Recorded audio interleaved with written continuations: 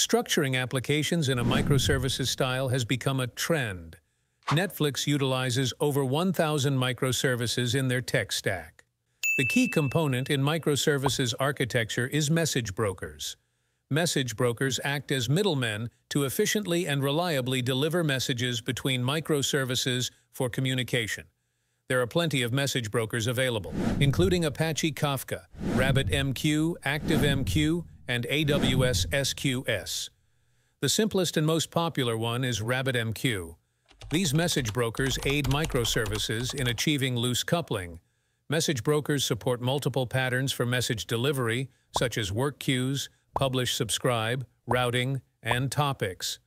Today we will write a producer in Node.js and a consumer in Golang using RabbitMQ, so stay tuned until the end of the video. Before we dive into code, let's understand three important concepts. First, connection. Connection refers to the physical TCP/IP connection.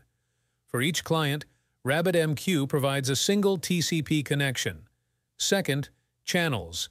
To multiplex a single TCP connection, RabbitMQ provides channels.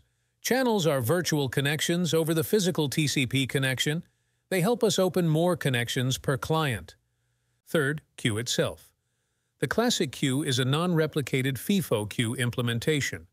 If we want data safety, we should use replicated quorum queues. Let's pull the RabbitMQ Docker image from Docker Hub. We will use a Docker image that comes with the RabbitMQ daemon, as well as the management console. Notice that we have exposed two ports. On the first port, the Docker daemon will run, and on the second, the management console, which we can access in the browser. If we execute this command, the image will be pulled and the container will be started.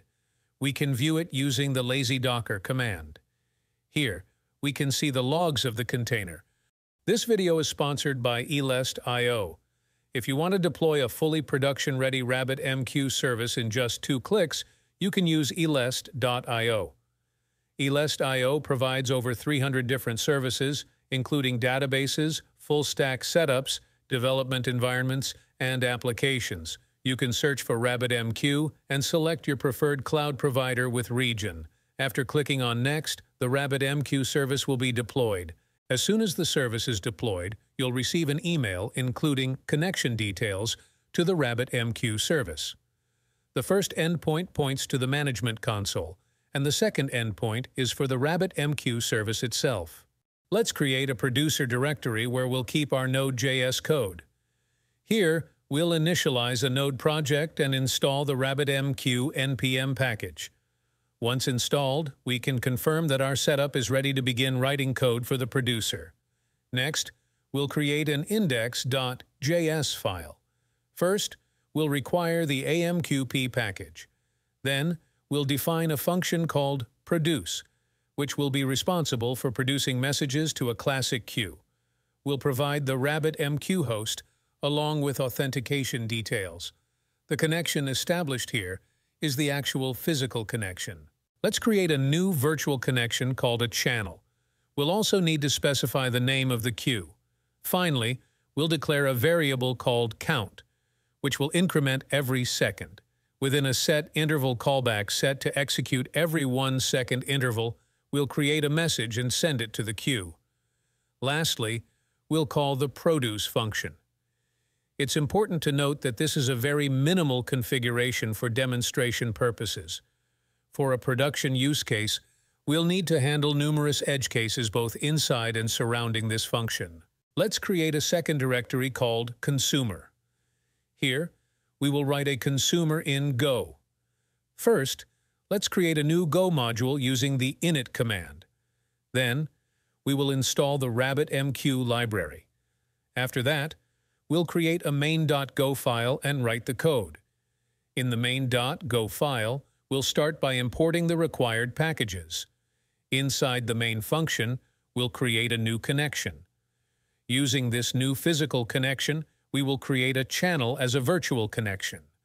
Then, we'll declare a queue with the name hello and start consuming messages from it. Next, we'll create a channel to read signals from a Go routine and wait indefinitely at the end of the main function. Within this, we'll define our Go routine. This Go routine will read messages from the queue and print them to the standard output. Below are two terminals, the first one for the producer and the second for the consumer. First, let's build our Go project, then run the consumer binary. Once it's started, the consumer will begin reading messages from the producer. Next, we'll start the producer and immediately see the consumer receiving messages. Remember, we're running a Docker image with a management dashboard. Let's open it. We can see that we have a hello queue with a classic type. This queue has an input and output message rate of 1, as we are publishing a message once a second. If we navigate to the channels, we can observe that this channel is producing messages once a second, while another is receiving messages. Furthermore, we can see nice graphs here displaying input and output message rates per second. Below, I have included all the sources in the description. In the last video, a few people requested that I upload the dot files for Z-Shell and Tmux. I have added the GitHub link in the description. If you enjoyed this video, please give it a thumbs up and subscribe. Thank you.